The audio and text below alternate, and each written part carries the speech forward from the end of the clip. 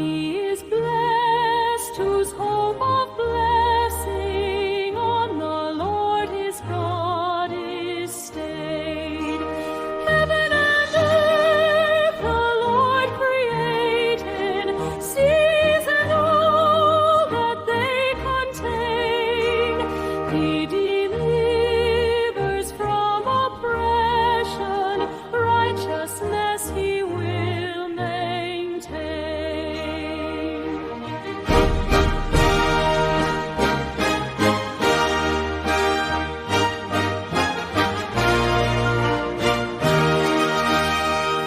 He daily gives the hungry, sets the mourning prisoner free, raises those bowed down with anguish, makes the sightless eyes